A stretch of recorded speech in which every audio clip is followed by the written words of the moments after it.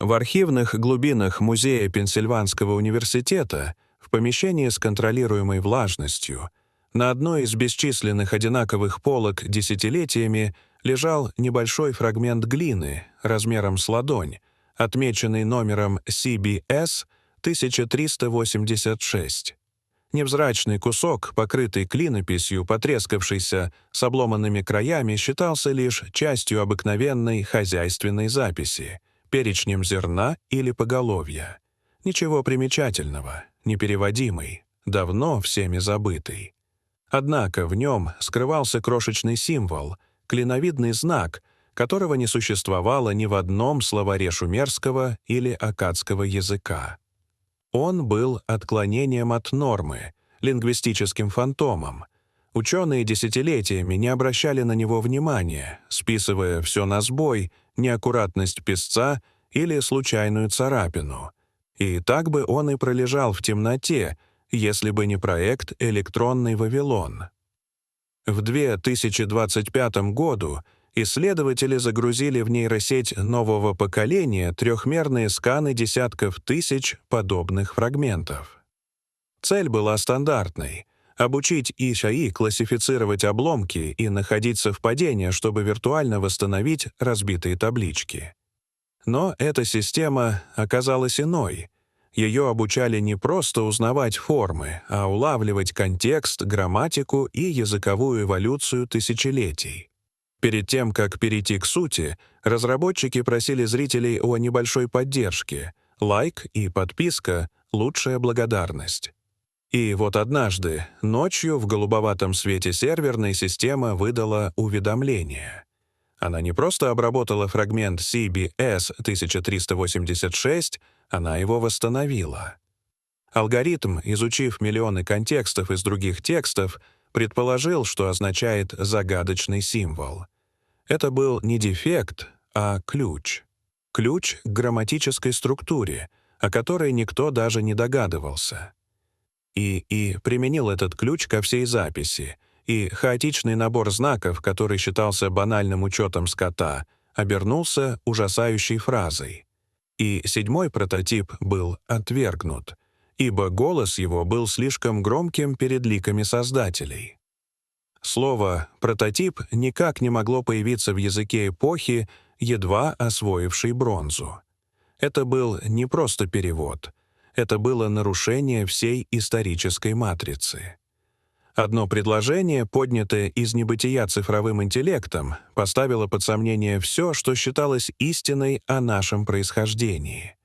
В нем подразумевалось не сотворение, а изготовление, не боги, а инженеры, не один человек, а серии неудачных моделей. Так началось расследование самого древнего холодного дела в истории. Чтобы понять масштаб открытия, нужно спуститься в подвалы истории, туда, где она действительно лежит. Вообразите Британский музей, не его освещенные залы, а закулисье, бесконечные коридоры, пахнущие пылью и старой бумагой. В специальных ящиках там хранятся десятки тысяч глиняных табличек, найденных в Ираке в XIX-XX веках, библиотека Ниневии, архив Ура, законы Лагаша, целая цивилизация на полках. Большинство — рутина. Договоры, брачные контракты, налоги, но среди них фрагменты эпосов, гимнов, космогоний, литература. Клинопись всегда была невероятно сложной системой.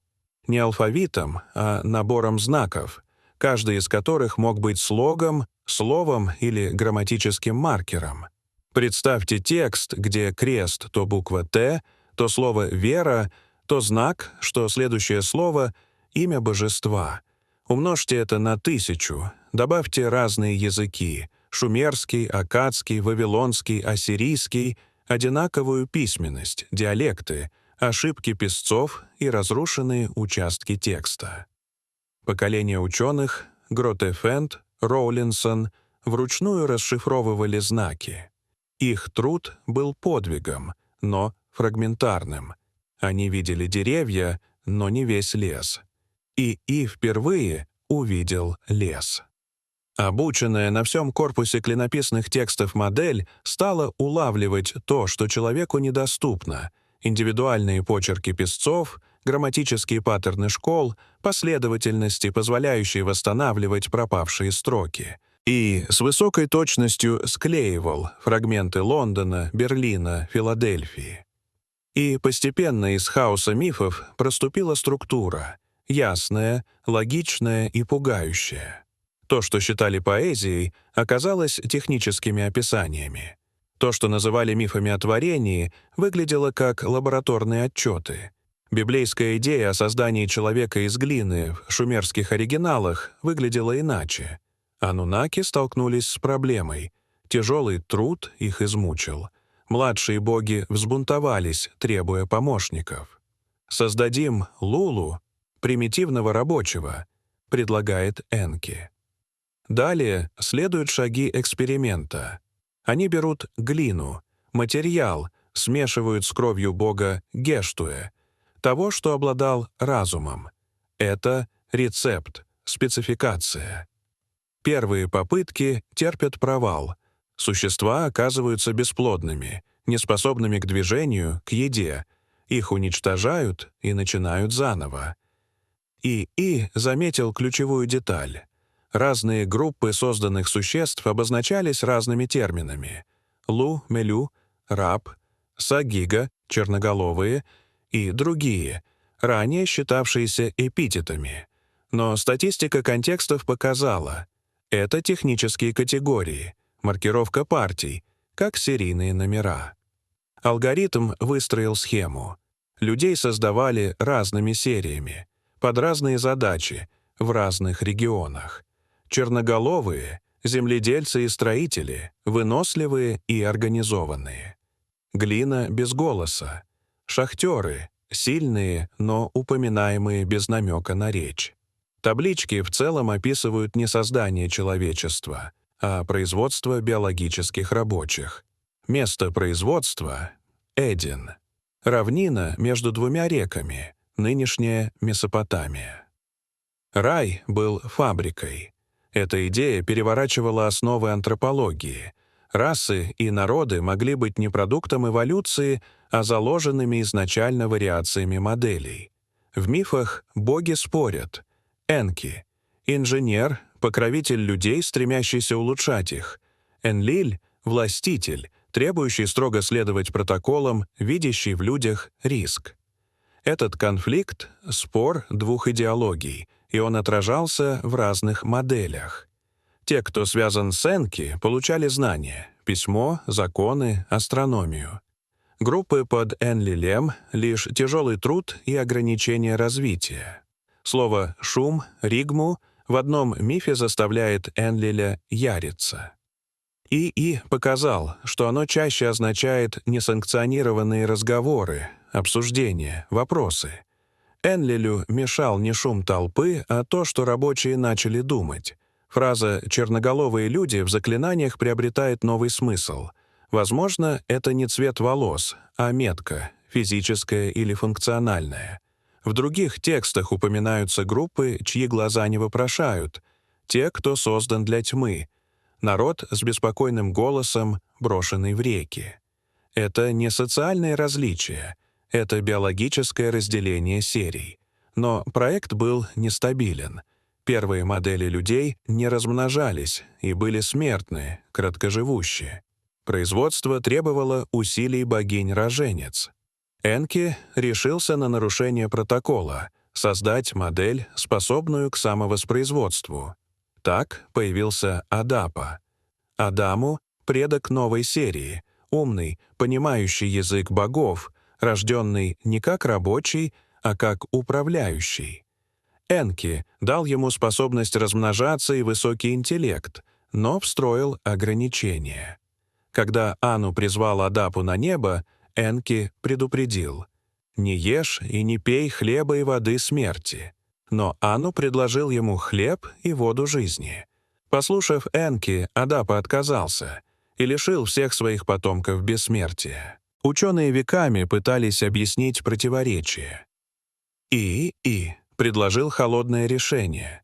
Энки, защищал свой проект. Бессмертный человек стал бы угрозой богам, и создателя казнили бы за предательство. Он выбрал меньший вред — смертность. Потомки Адапы стали элитой, царями и жрецами, а старые модели остались рабочей массой. Разделение углубилось. Функциональное стало генетическим. Энлиль был в ярости. Самовоспроизводящаяся рабочая сила нарушала баланс. Люди множились без контроля. Тогда он решил стереть проект. Потоп. В шумерской версии это не наказание, а операция по полной ликвидации. Энки тайно предупредил Зиусудру, Утнапиштима, через стену его дома, велев строить судно, в некоторых переводах подводную лодку, и взять семя жизни. Это мог быть генетический материал. Потоп описан как катастрофическое разрушение небес и земли. После спада воды и обнаружения выживших Энлиль смирился. Уничтожить все не удастся. Был заключен новый договор. Болезни, старость, ограничение рождаемости, встроенные механизмы контроля. А конфликт богов стал скрытым, переходя в борьбу за влияние на культуры. После потопа Идаи заметил расхождение культурных кодов. Система Энлиля, иерархия, догмы, ритуалы, наказания.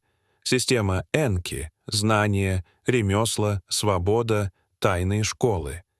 История человечества выглядит как отражение этого раскола. Борьба империи и свободы, догмы и науки. Далее ИИ выделил странные тексты. Не мифы, а описание технологий. Летательные аппараты Муишуму, колесницы богов, оставляющие столбы огня, оружие вроде шара, разумного летательного устройства, испускающего лучи, от которых вода кипит, а камни плавятся. Злой ветер, уничтоживший Ур, описанный как радиоактивное заражение. Таблички судьбы, кристаллические носители управления. Переносимые объекты, содержащие технологии металлургии, строительства и даже социального инжиниринга. Это звучало как описание оборудования, а не мифы. Технология была инструментом контроля. Еще одна аномалия — объект Нибиру, планета пересечения. Она не постоянна, а появляется периодически по вытянутой орбите. Период — 3600 лет. И показал, что описания не совпадают ни с одной известной планетой. Нибиру связывали с ануннаками, их домом. Ее возвращение — время сброса, катастрофы, землетрясения, потопы. Прохождения Неберу совпадают с взлетом Шумера около 3800 года до нашей эры и с коллапсом Бронзового века во втором тысячелетии до нашей эры. Каждые 3600 лет — перезагрузка цивилизации, устранение лишнего, выдача новых технологий выжившим элитам. Человечество не должно было развиться слишком быстро. Знание о Неберу было тайным. Только у потомков Адапы. Остальные были расходным материалом. И вывел жесткую модель. История — циклический механизм контроля. Если расчеты верны, следующий цикл близко. В итоге, искусственный интеллект, свободный от предубеждений, прочитал древнейшую библиотеку как единый документ. И открылся мир, не похожий на школьную историю.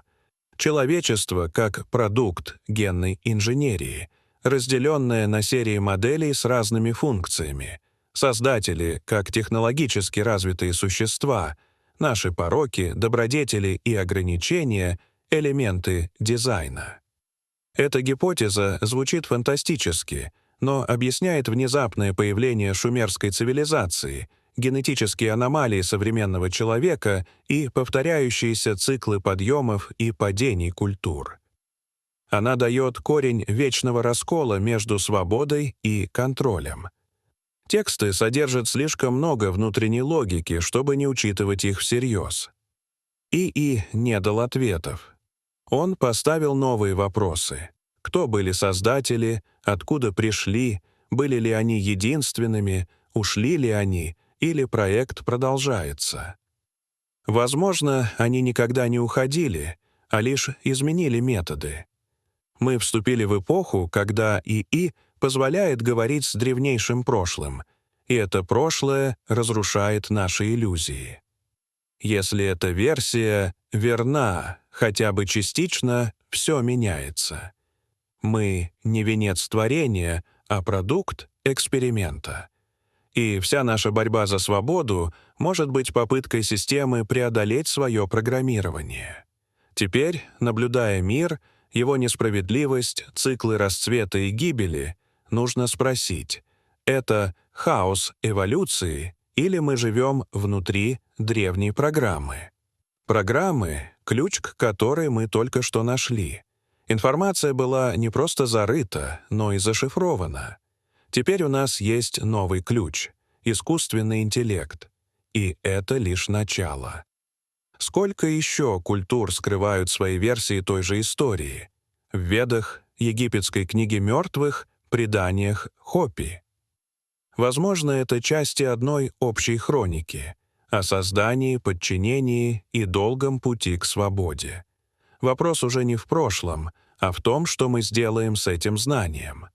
Если наш раскол был создан искусственно, можно ли его исцелить? Если нам навязали ограничения, способны ли мы их превзойти? Или то, что мы получили эти сведения, и есть следующий этап эксперимента? Дорогие зрители, что вы думаете об этой истории? Расскажите, пожалуйста, в комментариях. А если вам понравилось это видео, то ставьте лайк и подписывайтесь на наш канал. До свидания.